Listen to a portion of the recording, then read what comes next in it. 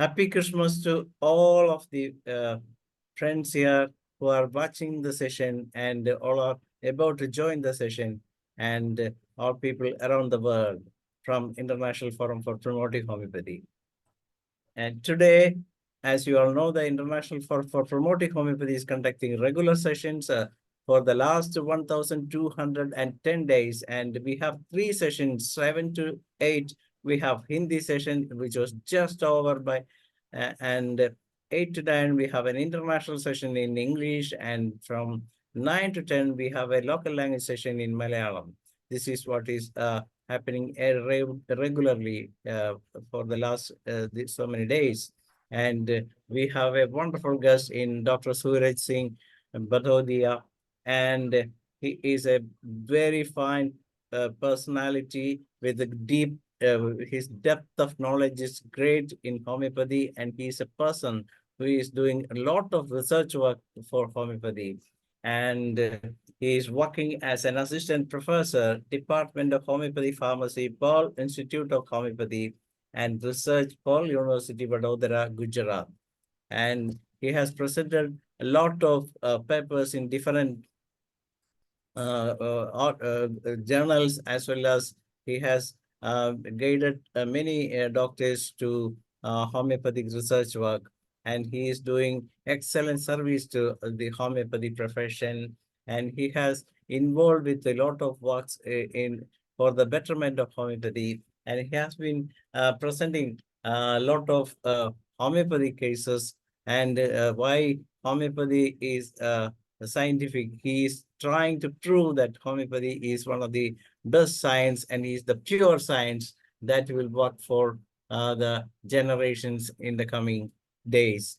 And as he has written, his objective to this profession is that to make a positive impact in the field of activity, leading to organization growth by creative application of his values-based convictions and professional dignity by putting his all effort into the main organization where he can work, grow along with the organization. This is his objective as far as a man who believes that homeopathy can do a lot of good for the people. So today we will have Dr. Suraj Singh BHADORIYA is about to discuss about HPTLC, that is high performance thin layer chromatography as a quality assessment of drugs. So let us proudly welcome our guest, Dr. Suraj Singh. Welcome, doctor. First of all, good evening to all of you. My voice is audible, sir? Yes, everything fine. Okay, sir. Sir, I am very, very thankful to all of you. I'm very thankful for this platform to sharing my experiences, my knowledge to us. And for homeopathy, definitely we have to do something more towards the scientific background, towards the logistic manner, to conclude our pathy more and more valuable and more beautiful it is. Now, can I share my PPT, sir? Yes, you can try. Okay, sir.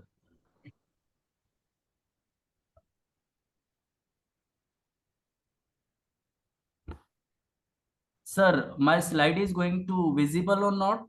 Not at shared. You may restart sharing. Okay, sir. Please go to the option, share option. Okay, Yes, sir. yes, it is coming. It is coming. Okay, sir. Just few minutes, sir. Yes, it is coming. Take your own time, no problem. Yes, yes, it has come. Okay, sir. You can clearly see it. Yes, try to move it. Just try. Put it in the slide motion. Is it visible, sir? Yes, it's moving. Oh. It's everything fine. You can begin the session.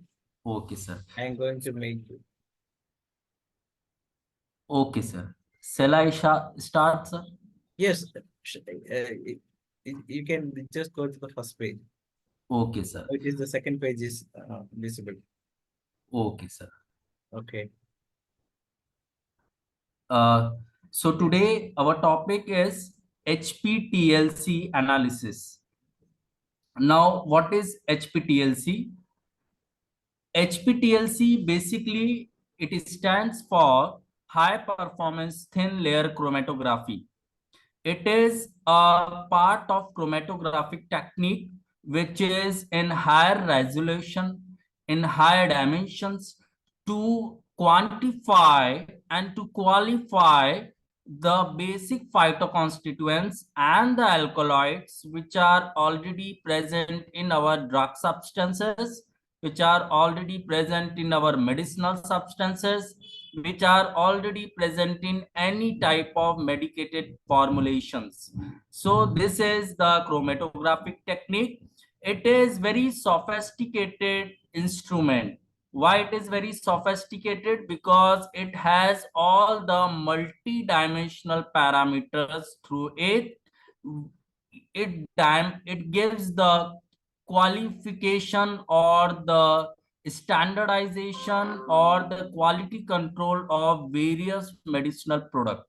So it is very sensitive. It has all the sensitive parameters. These parameters are commonly used for the purpose of standardization. It is very effective technique as compared to the normal TLC. It is generally used for the standard. It is generally used for all the analytical procedures where we are going to qualify or quantify our drug substances. Now, in the next slide, what are the objectives of this analysis? So basic objective of this HPTLC is quantitative analysis and the qualitative analysis. For standardization, this objective plays a major role. What is quantitative analysis? Generally, it is determining the concentration of any drug substance. We can say the alkaloids, we can say the phytoconstituents, which we can say the major constituent or the compositions of any drug or medicinal products. So when we determine that concentration at particular wavelength, that is the quantifying. We are going to quantify, we are going to determine that particular concentration in that particular wavelength. That is our biggest challenge in this chromatographic analysis. In the qualification, in the qualitative analysis, we are going to qualify, we are going to determine the quality of that particular constituent or that particular composition or the alkaloid at that particular wavelength. Why the wavelength is very important? Because different drug, different alkaloids, different phytoconstituents has a different concentration at the given wavelength. Like some composition shows more concentration at 366 nm, where there are certain compositions or the phytoconstituents or the alkaloids, metabolites which shows maximum concentration at 400 nm. So these are depending on the different concentration, on different alkaloidal property, on different nature of drugs. So these are the two main aspects, two main objective of this analysis that we have to know. Ultimately, in our homeopathy, when we talk about standardization, so generally people used to make any formulation like sanitizer, like shampoo, like homeopathic medicated hair oil. And when they do HPTLC, so they generally have no such proper indication and having no such what we can say the conceptual image regarding HPTLC. They just pass the sample under HPTLC and just make it as a research paper. But whenever we go through this particular analysis, so first we have to know about the nature of drug. We have to know about what are the phytoconstituents, what are the metabolites in that particular drug. We have to know about the concentration of that particular alkaloid. We have to know about what are the other possibilities, what are the other functional groups which are already present in that particular solvent. Then we have to decide our wavelength while doing HPTLC. So this is very big question in our pathy, because ultimately we have to focus on the logistic or the scientific approach towards any analysis. Just to take a sample and pass under any machine or the equipment tool, it is not a logistic. First we have to approach towards their principle. What is the principle? The principle is how we will do that analysis. So generally in HPTLC, we pass a more number of samples in a plate. Whereas in TLC, we pass a more number of samples in a solvent. How we will do that chromatographic analysis? As we know, in the HPTLC and TLC, generally in TLC, there are more thickness. The size particle is more. Whereas in the HPTLC, the dimension is more and more in resolution. The size particle is very minute. Therefore, it is very sophisticated, very high resolution and very sensitive instrument. You can see the number of sample per plate. So generally in HPTLC, we pass a more number of samples in a plate. Whereas in TLC, we have a limitations because of the thickness of the plate, because of the size of the particle. So this is the biggest difference in between the HPTLC and TLC. That's why in most of the analytical procedure, HPTLC has been used for this standardization as compared to the normal TLC. Generally, TLC we do for the identification of that particular alkaloid. But this HPTLC used for the multiple compositions. Suppose if we prepare the shampoo like a herbal shampoo. So in the herbal product, there are n number of phytoconstituents. There are not a single phytoconstituent. So we have to determine this by the HPTLC only, not by the TLC. TLC only give you the single identification, whereas HPTLC gave the not only the identification, also the comparative analysis between the n number of phytoconstituents. That is the basic difference between the TLC and HPTLC. Why we do HPTLC more in any laboratory procedures? For PhD studies, for higher studies, for the research work. Whereas TLC, it has a significance in identification of the alkaloidal property, but if the compositions are in a complex variety, so definitely the HPTLC is the first choice for this standardization. So these are the differences. When we talk about the absorption limit, so it is more in HPTLC. You can see in the table, the absorption capacity is more in HPTLC, whereas in TLC, the absorption limit is less than the HPTLC. So these are the differences. Why we do HPTLC? It doesn't mean that TLC having no significance. Yes, TLC also a basic one. Every high resonance technique start from the basic. But when we talk about the complex solvent, so definitely we have to go for HPTLC. Now, moving towards the next slide. This is our picture of the laboratory work. It is a homeopathic medicated oil. The base is mustard oil. In figure, you can see it is very thick. It is brown in color. So it is the mustard oil. where the homeopathic medicine present in that particular solvent. So this homeopathic medicated solvent, it is prepared by our first year students. So as a teacher, it is very proud moment for me whenever our first year students are going to prepare lotion, they are going to prepare homeopathic medicated hair oil, they are going to prepare medicated spray, sanitizer, glycerol. So as a teacher, it is very great for us that first year students of Parul University are going to prepare this. So this is a picture of the homeopathic medicated mustard hair oil. Now for any drug sample, when we pass under HPTLC, the first criteria is there may be some oil, like in figure it is a oil.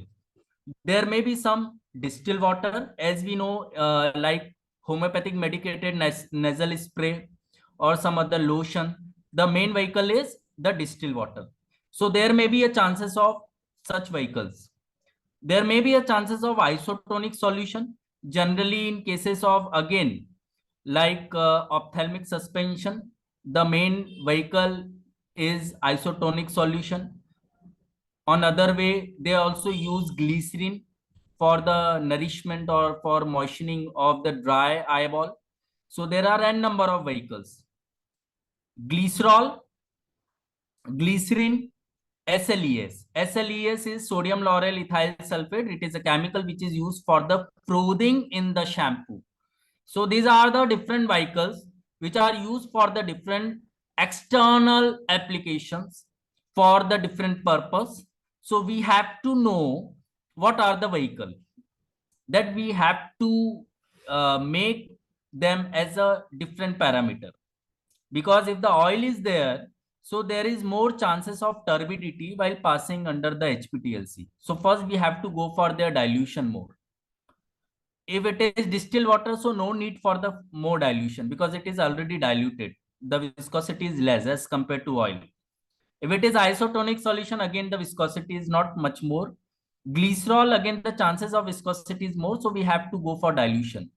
Why we are going to know about this? Because when you are going to pass your sample under HPTLC, so first we have to know what are the nature of your vehicle in your external application, so that we can go for our further procedure in HPTLC. So this is first step. So whenever the students came for this type of analysis, so we determine the nature of the solvent, the nature of the vehicle. Then we have to go for further analysis. This is the preparation of sample media. Suppose when we have this mustard oil, so definitely the viscosity is more due to the unsaturated fatty acids as compared to other oil. So we have to mix this mustard oil with some other solvent. Okay, so this is in a definite ratio, like 1:9, like 1:4, like 1:99, 1:20. So it is the dissolution of this particular sample which is prepared by us with the respective vehicle. So it would be like less viscosity is there. If the concentration is more, so the viscosity is more. So it is difficult to evaluate on quantification, on qualification while doing HPTLC. So this is very important point. While doing this, we have to dilute this drug which is more in concentration or the viscosity with the respective vehicle. So it is going to feasible for our analysis. So first we have to make this. The drug vehicle ratio should be similar for all. Suppose if we have 4 samples which are made by the same vehicle, so the drug vehicle ratio should be similar for all the 4 samples. Not like 1:9 for one, 1:4 for second one, 1:3 for the third one. No, 1:9 for all 4 samples. That we have to make it. Otherwise, your sample is not going to quantify or qualify in the HPTLC analysis. Now, in the next slide, it is our HPTLC main track assignment. First thing, these are the different samples at different track with the specific valid ID number at different volumes with the reference type. So you can see there are different samples like Arnica montana mother tincture, Arnica montana olive oil. So this Arnica montana olive oil, it is prepared by this drug, Arnica montana mother tincture. Whereas Calendula officinalis Q, it is on track 3. In track 4, Calendula officinalis olive oil. So this is the different formulations prepared by homeopathic mother tinctures. Azadirachta indica mother tincture on track 5, the Azadirachta indica olive oil on track 6. So you can see these are the all uniform volumes for all these formulations. We have to maintain this. Suppose if the concentration is very less, so this volume should be increased like 10, 15, 20. We can increase the volume. It doesn't mean that for every solvent, every formulation, we have to maintain 5 microliter. No, it may vary as per the nature of solvent. If suppose because this is a oil, so the viscosity is more, so we doesn't need, and there is no more and more microliter. In less microliter it is visible and it is easy to quantify and qualify. That's why we put this 5 microliter. Got it my point? So for every solvent, every drug, this volume should be varied. Suppose if dilutions are there, like belladonna 30, it is ultra high dilution. So we can use volume like 25, 30 microliter. Got it? So at that particular volume, we have to determine their concentration or identify that alkaloid. So the volume is the most important part. So these are the examples. In next slide, now we can see what are the other parameters. Now, see, this is regarding with the plate layout. For HPTLC, we have to know about the format of plate. Suppose in this column, you can see the plate format is 100 by 100 mm. So this is the diameter of that particular plate which are using in that particular analysis. Whereas in TLC, this format of plate is less in mm. So this is the biggest difference in TLC and HPTLC. Got it? So in HPTLC, the diameter is more. So the more number of samples are going to quantify or qualify. Application type is band. Generally, we are going to determine these samples under the various colors or various band. So these are the application type. You can see in application, it is the different position, like what are the different parameters in position, length, weight. So it is the physical parameter in HPTLC. Track. So first position like X 15 mm, distance is 11.4 mm. So it is regarding with that particular HPTLC plate. Solvent front position is 80 mm. So it is in regard to the plate layout. Now in the next slide, we can see how we will fill or make these samples on HPTLC plate. Now you can see this is the original HPTLC plate in the figure, and on this brown, these are the spots. These are the filling of samples. So generally for this filling of samples, we have to know about some important factors. What are the factors? Air flow direction, the concentration of sample, and space in between two corresponding spots. This is very, very important while filling procedure.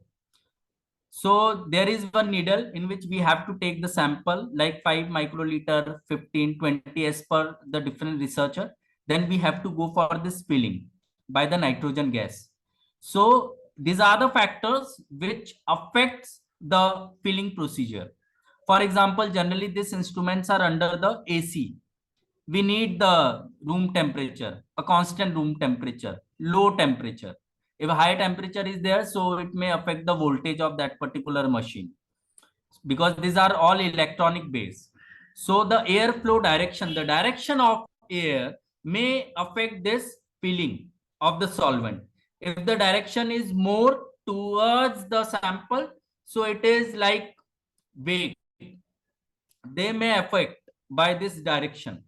The concentration of sample, again we have to say, if suppose we put 5 microliter, so the visibility of this spots, you can see this, the first one is very like visible, second one is again visible, third and fourth it is less visible as compared to the first and second one.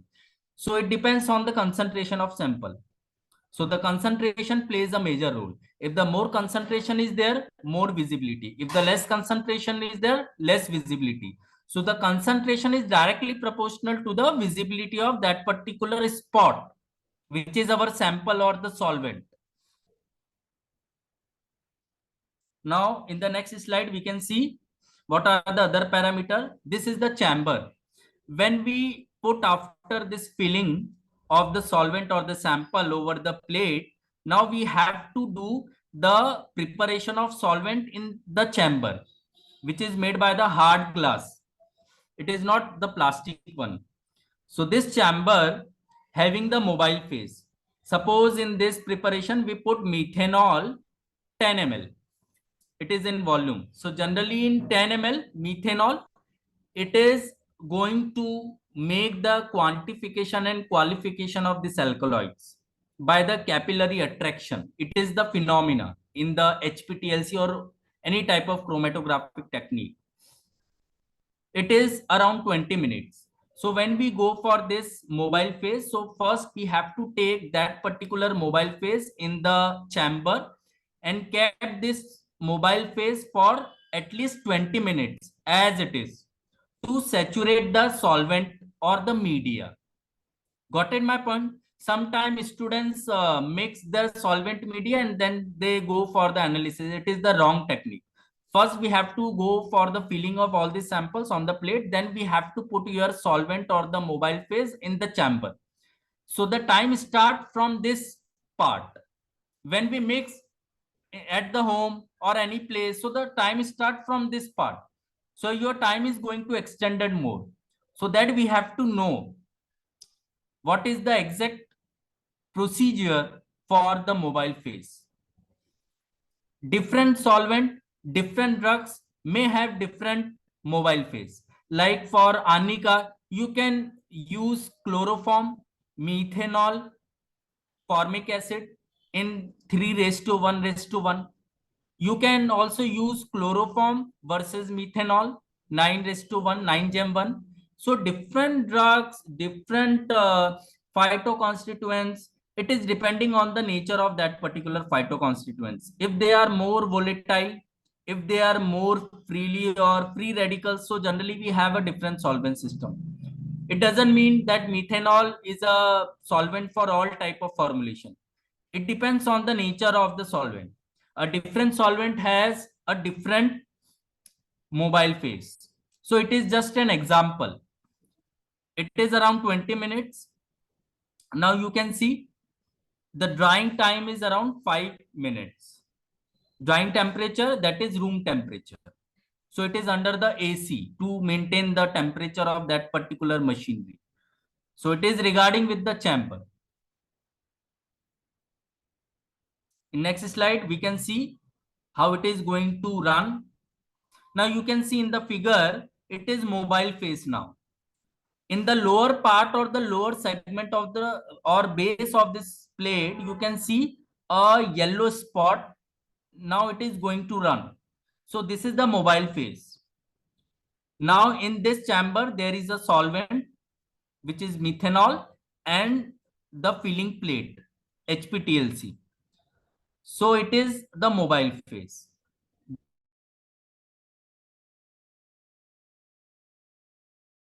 There are some factors. The factors are time duration, band. These are the very, very important factors in mobile phase.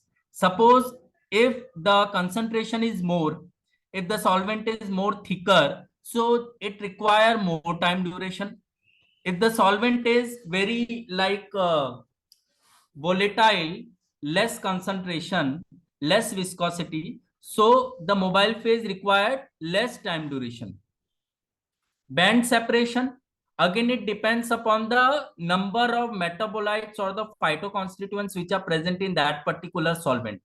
If more number of the metabolites or the phytoconstituents are there, so the band separations are more, they are more invisible. If there is less concentration and less number of phytoconstituents, so the band separation are less. So it depends on the nature of drug or the nature of formulation or the nature of solvent which we are using in this particular analysis. Nature of solvent system. Suppose if the drugs are prepared by the plant kingdom, vegetable kingdom, so they have more n number of solvents, more n number of constituents. If the drugs are prepared by the animal kingdom, if the drugs are prepared by the mineral sarcodes, so they have a different nature, they have a different visibility in the band, they have a different concentration. So again, it depends on the nature of drug. So these are the major factors which are important in the mobile phase. Now, this is a phase where there is a separation of all the metabolites in a different levels, in a different wavelength. So this is the very important phase for our standardization. Now, in the next slide, you can see the visibility of this band under UV light. Now, this is the actual figure. These all are not taken by any Google and any other reference or any other papers. These are our actual pictures or the figures which are taken while doing experimentation by our first year students. So even though when I was in first year, I have no such knowledge, and even I don't know what is HPTLC, TLC, but it is very proud moment for us that Parul University gave us a huge and the large platform for our students to at least present in front of this instrument. These are very sophisticated, these are very sensitive instruments. So these are the real images and the figures. So here you can see this is a plate under the UV light. So these are the separation of bands. In different spots, you can see the visibility of different bands at different distance. This is called RF value. What we can say?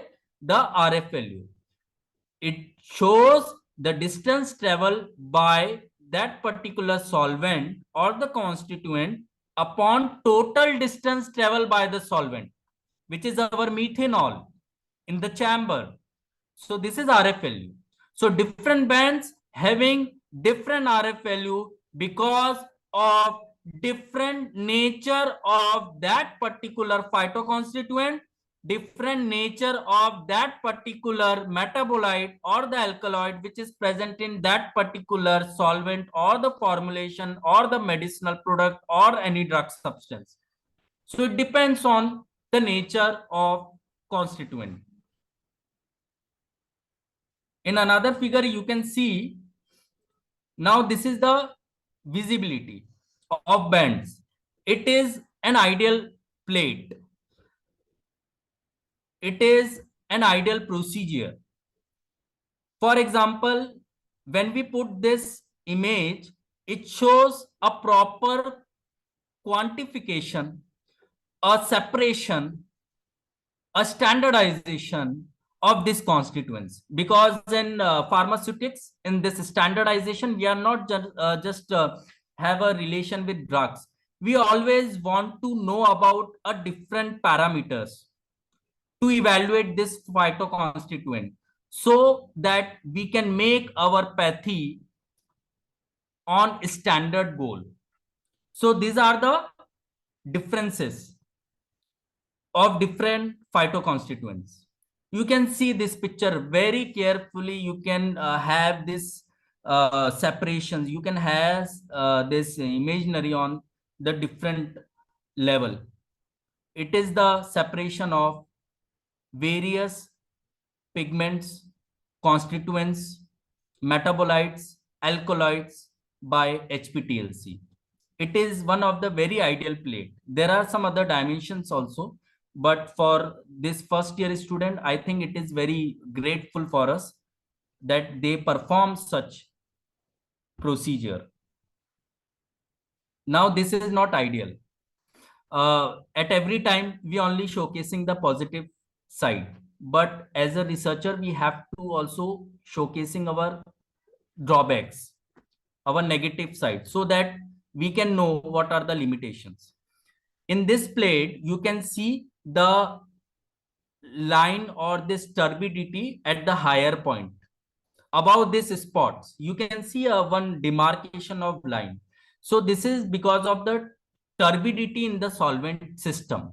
Sometime it happens when you prepare any solvent and put this solvent in a chamber, so there may be a chances of some error, there may be a chances of some foreign bodies, there may be a chances of some turbidity, higher concentration of the solvent or the mobile phase.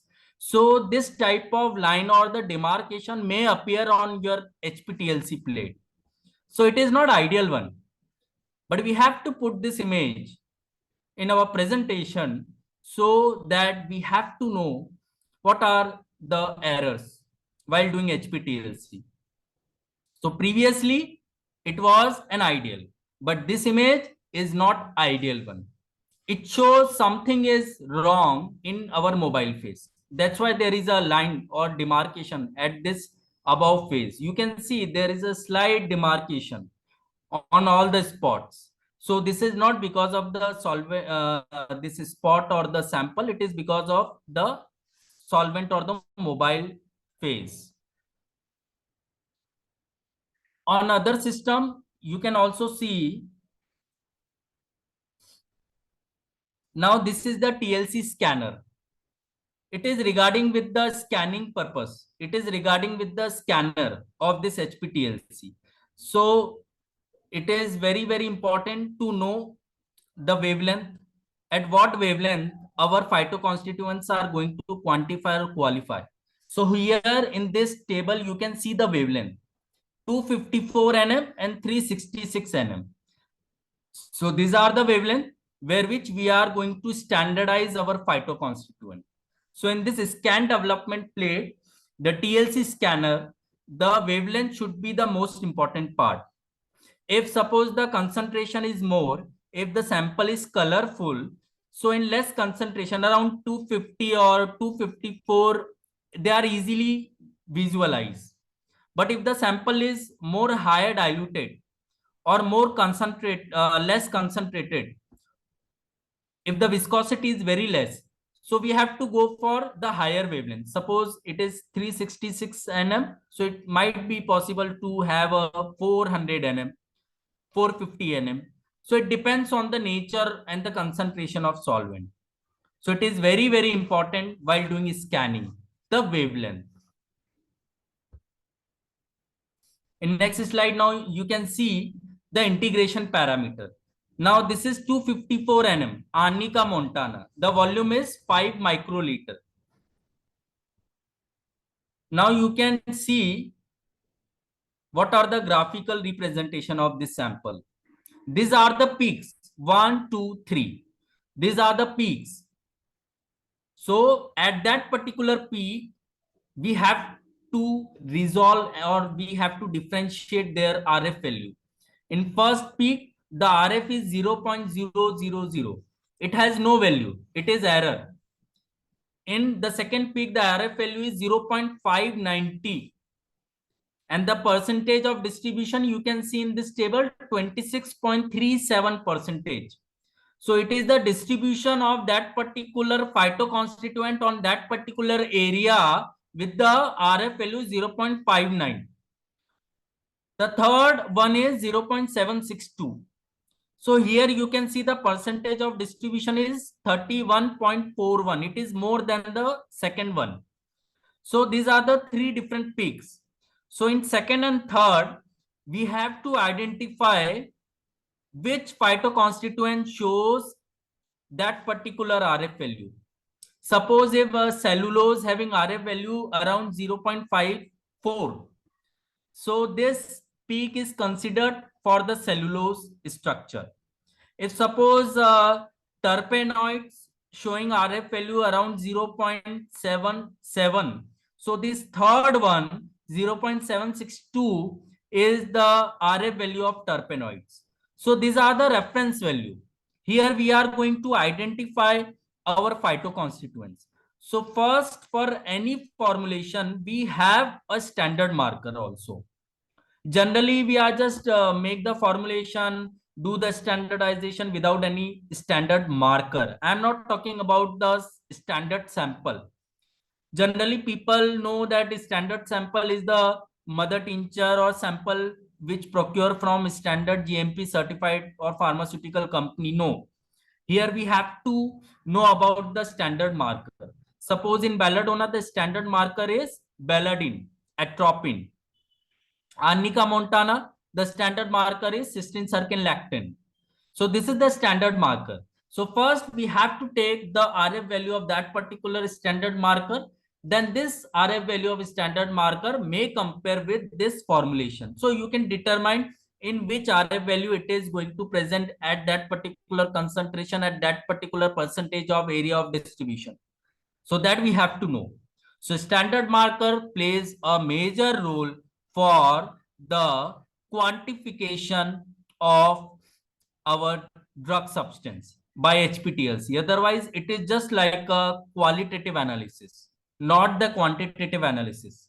So please always determine our drug in both the parameters, qualitative analysis or quantitative analysis. So this quantitative analysis always should be done in the presence of our standard marker. In next slide, now you can see what are the other significant role or other differentiation. Arnica montana olive oil, only two reference point, 1 and 2. Now what are the values?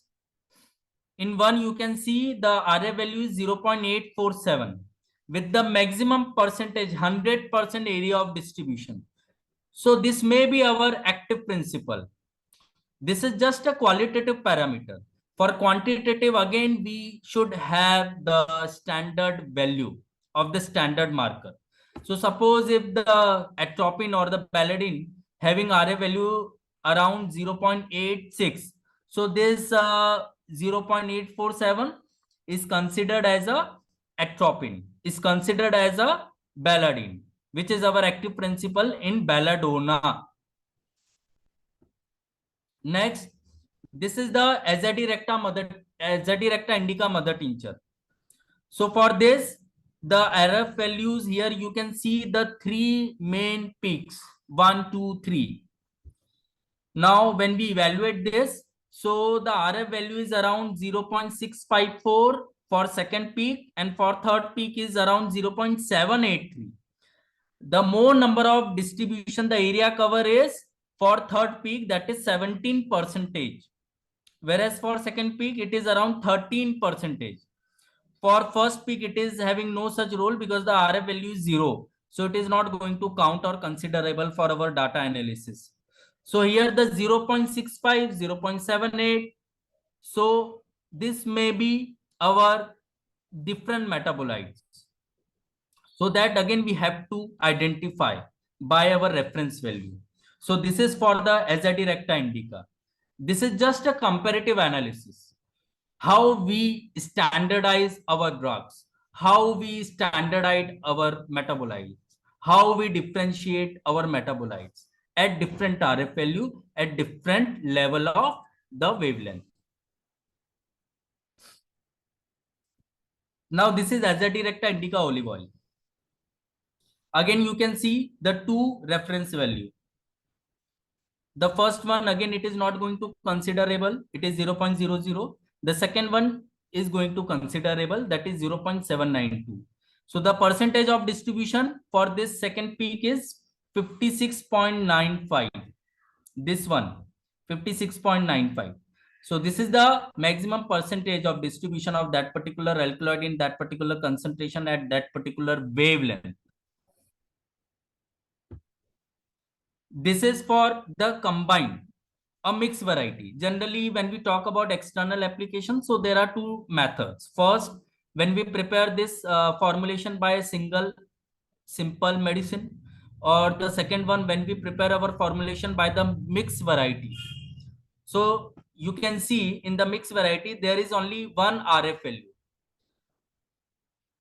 So it shows the error because there are n number, there are three drugs, Arnica, Calendula, Azadirachta. So there should be more reference value. There should be more peaks. But generally in this graph, you can see only one RF and one peak for this mixed variety. So somewhere it shows when you mix more than one drug in any solvent, so this particular solvent is not going to work because it suppresses or decrease the intensity or the concentration of other one, because these are from the different families. These are having different properties. These are having different chemical, physical, biological activities. So here you can see it is not the good result for combined. It is an error because you can see only one peak is there. Otherwise, there should be more than one peak because it is the complex variety of solvent. Now you can see the RF value is 0.79 and the percentage of distribution you can see 100%. So this is just only for one compound. But for this, we have to show n number of compounds because it is mixed variety. If it is single one, then it is okay. If it is mixed one, then this data is somewhere it is showing false or error in our preparation. Now this is the peak overlay at the wavelength. Suppose it is 254 nm. So these are the number of peaks at different track. 1, 2, 3, 4, 5, 6, 7. These are the different track system. 1, 2, 3, 4, 5, 6, 7. 7 tracks are there with different solvent preparation. Here you can see these peaks. These are the valley. So these are at the different intensity, at different percentage of distribution of that particular alkaloid or the constituent or the phytoconstituent or the metabolite. So it is overlay. It is overall picture which determine the different track assignment at that particular wavelength. Now this is the plate evaluation. So here you can see in all the track 1, 2, 3, 4. This is the band separation. This one at the middle line. So this is the plate evaluation. In another wavelength, now you can see the separation of band is more than previous one. This is another band separation. This one is another band separation. Here you can see the concentration and more darkness, the bands. So this is on 254 nm. This is the plate evaluation. Now at 366, you can see more evaluation. So more wavelength, more segregation, more separation. Less wavelength, so there may be a chances of less separation or quantification. You can see here, this is the track assignment. This is the 1, 2, these are the solvents. These are the different formulations. And these are the band separations. So this is very, very important. Now, these are our first year students. Suresh Paul and Shubham. They all are very enthusiastic. They all are very hardworking students. Why I am putting this image? Because as a teacher, not only as a teacher, as a good human being, we have to encourage our students in the right directions. In every presentation, at the last slide, I put my students' image because students are my seeds. I am a farmer for my students. So these students always they have some idea, they have some thoughts. Sir, can we prepare sanitizer? Sir, can we prepare hair oil with thuja? Sir, can we prepare lotion with multiple drugs? So they always go to that particular formulation. They always have this preparation. They always go for our research department, that is CR4D, Center of Research and Development in the Parul University, and they just perform their experiments in first year. Now they are in second year. So it is very, very important to indulge and to nourish our students with all these qualities. Generally, we learn a lot of books, we have a different sources, but we are unable to do for our students with n number of causes. But I think for a good teacher, we always have a positive attitude. If these generations are doing this type of work in first year, so they are a very good pharmacist and they are a very good analyst in future. Even though in first year, this is not like a easy job. In any type of this procedure, in any type of this analysis, it required a great and great efforts from our side. So I'm very thankful for this and for this session, that I explore my own knowledge and my experiences with us. These are our references. For any research work, for any procedures, we have to focus on the references. So these are again important for us. And again, I am very thankful for showing this type of work by our students, so that we can go more and more deeper evaluation for our pathy, for our standardization, which make the homeopathy more and more beautiful. Thank you, sir.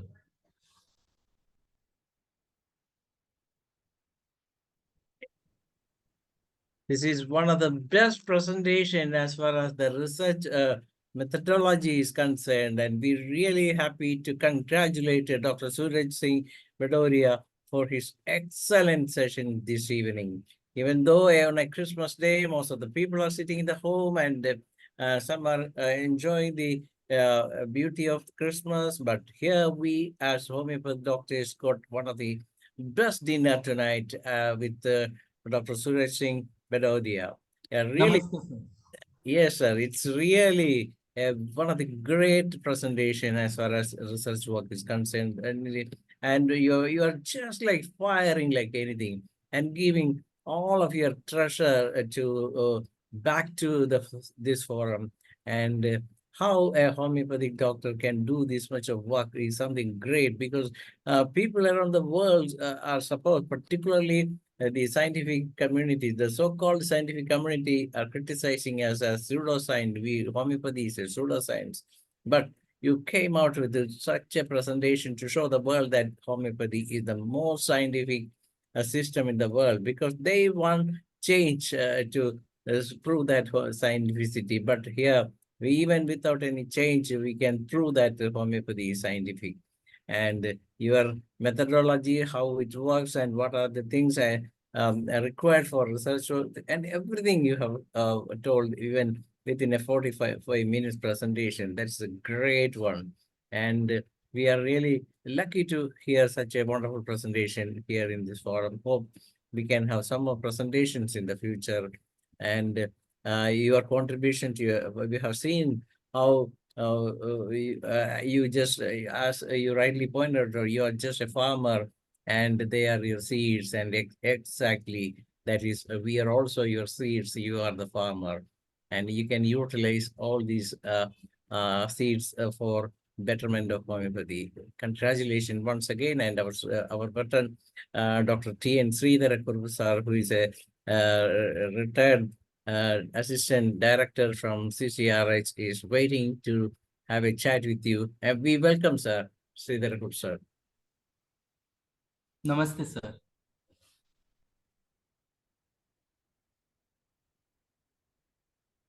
Is audible? Yes, sir.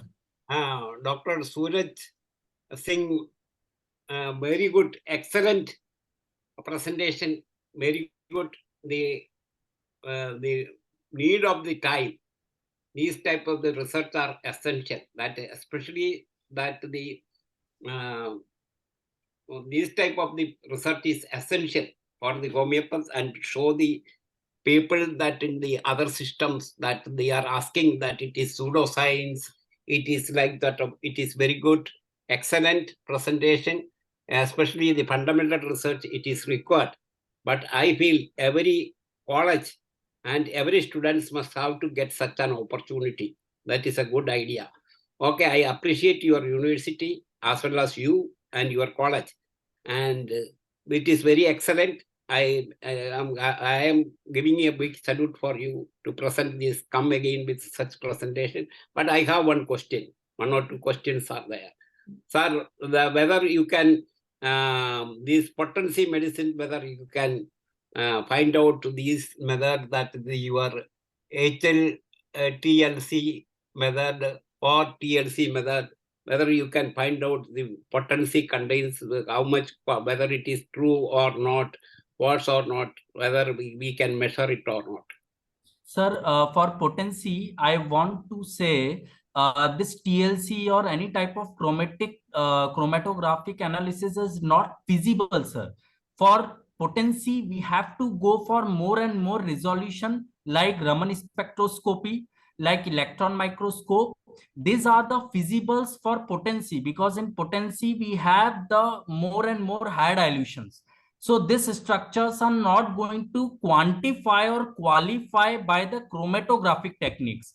For chromatographic techniques, definitely there should be a concentration of that particular solvent or the drug or the medicinal product or any formulation. That is very mandatory, sir. So for potency like belladonna 30, calendula 30, they are not going to standardize by HPTLC or any type of chromatographic technique. For that particular potency, we have to apply Raman spectroscopy because it gives the OH and H vibrational frequencies at different wavelength. Otherwise, you can also focus on the electron microscope, SEM and TEM. These are the two different variety of electron microscope where you can determine the size particle of that particular constituent in that particular solvent, medicine or drug. So for potency, the chromatographic technique, any chromatographic, GC, HPLC, HPTLC, TLC, no one is going to quantify or qualify. Okay, thank you. Whether your university will provide such type of the instruments? Sir, actually in our Parul University, we have no such XRD or electron microscope or somewhere this, what we can say, Raman spectroscopy. These are available in the higher centers like Baba Anusandhan Kendra, IIT centers. So generally these are very, very sensitive and sophisticated instruments. So generally in first year this, when we prepare the formulations like this lotion, ointment, liniment, hair oil, eye drop, sanitizer. So we just go for the basic one. So these are very, very important in the first year. Afterward, when they have a proper knowledge and when they have a proper this justification, then they will go for the higher center. So in Parul University, we have no such sophisticated and more sensitive instruments. So thank you very much. I have another question, but I don't ask because some other persons are raised the hand. Then because the time is limited, so I am not going to ask. Thank you, sir. Thank you, Come sir. again. Thank you very much. Wish you all the best. Excellent, excellent answer, Dr. Suraj. And now it is up to Dr. Muhammad Sudan from Saudi Arabia. Right. Thank you, sir. It is very nice to hear the practical issues behind the pharma industry for homeopathy. I have two questions. The first is how we can decide on lambda is the wavelength for a given analyte. And the second question is that instruments or its analogs are demanding by the law for the pharma industry in homeopathy?